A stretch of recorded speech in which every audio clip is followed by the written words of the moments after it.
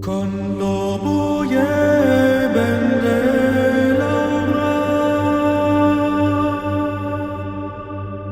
con lo Boier bende Laura, plantos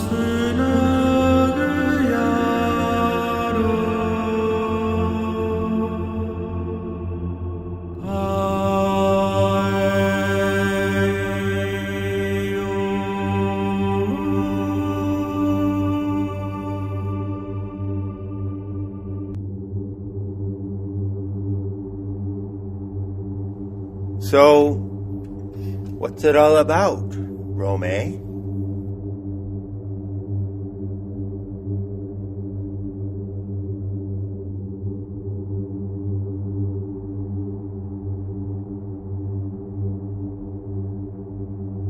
Just asking for a friend.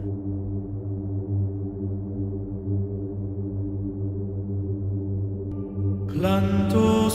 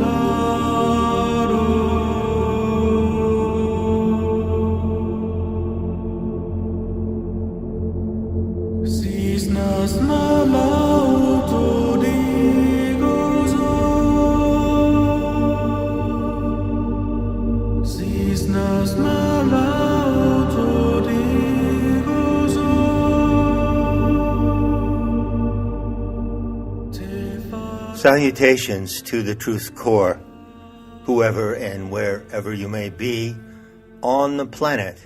This is John Lash, the founder of NEMATA, the Sophianic School of Arts and Sciences. So, what's it all about, Rome? Well, I read it as a moment of tremendous tension and imminence. I have to say that over the past few weeks, I have grown increasingly confident of the measures that the Aeonic Mother is taking in the Big Loop. I am certain that there is enormous pushback and backlash in the Big Loop against the Great Reset, the COVID-19 PSYOP, and the whole 9 yards. And so as that happens, our attention goes intensely to our role in the small loop. So the whole movement now, very great momentum of our time, is the coming of the Saturn-Jupiter conjunction at the winter solstice in 2020, which happens every 20 years, but in fact is tracked according to 60-year cycles, because it happens every 60 years in the same area of the zodiac. So the upcoming conjunction of Jupiter and Saturn in 1 degree of Aquarius, which is in the eye of the goatfish, in the face of the goatfish, goes back 60 years. Doesn't go back 20 years to the last Jupiter-Saturn conjunction. There are 3 cycles. It's called the Great Trigon. There are 3 distinct rhythms of Jupiter-Saturn conjunctions. So 60 years ago, well, what was that? Well, from 2020, you subtract 20, you get the year 2000, and you subtract 40 from that, and you get 1960. How do you like that? That was only 60 years ago? Huh. Seems like yesterday. The upcoming conjunction in 2020 is in the sequence and continuity of the conjunction in 1960, at the beginning of the 60s. It certainly has been one of the more intensely studied planetary cycles of all, and there's a great deal that has been written about this coming forward from records which derived from Arabian astronomers of the 9th or 10th centuries. When you look at the goatfish, you see that the distinguishing stars are in the head. There are 2 points of the horns indicated by 2 stars, and then the point, consider the 2 horns as a V, and then the base of the horns on the forehead of the goatfish is another star. All these 3 stars lie in the range of about 3 to 4 Aquarius. Well, the conjunction actually happens in 1 Aquarius. So depending on the way that you would draw the graphics of the constellation, you would actually place the conjunction not in the head, but directly in the face, directly in the front of the gaze of the goatfish, before the face. Also, most importantly, the star called Altair, which is the brightest star in the constellation of Aguila, the eagle, Aguilar, has an alignment of 2 Aquarius, 302 on the ecliptic. So you see the exact place where the conjunction happens on the 21st is very close to these positions.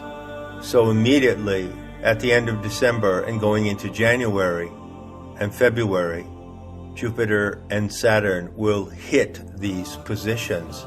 So once again, why am I being so elaborate about this? It indicates the action of seeing something clearly before you act on it. A good meme for the 2020 conjunction of Jupiter and Saturn would be 2020 hindsight, retrospect, seeing everything in retrospect in 2020 vision. The way I read that is that from this moment on, the winter solstice of this year, it's no longer necessary to look back. Whatever you don't know by that moment about how we got into this shit mess, you don't need to know. Whatever you do know about how we got into this mess, how the Tads and A10 got into this mess by abdicating their own sovereignty, believing in the authorities, and wallowing in their illusions of freedom, well, everything you know about that is all you have to know. The gaze shifts to the future at the winter solstice.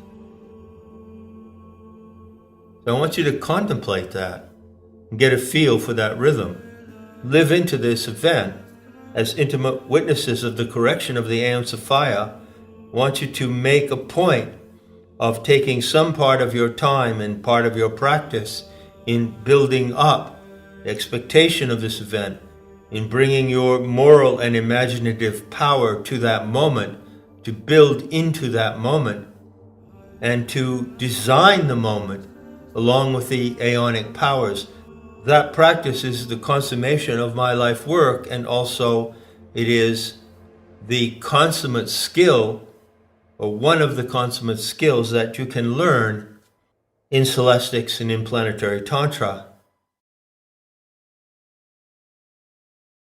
Enough said, and I'll be seeing you one more time in the beauty to come.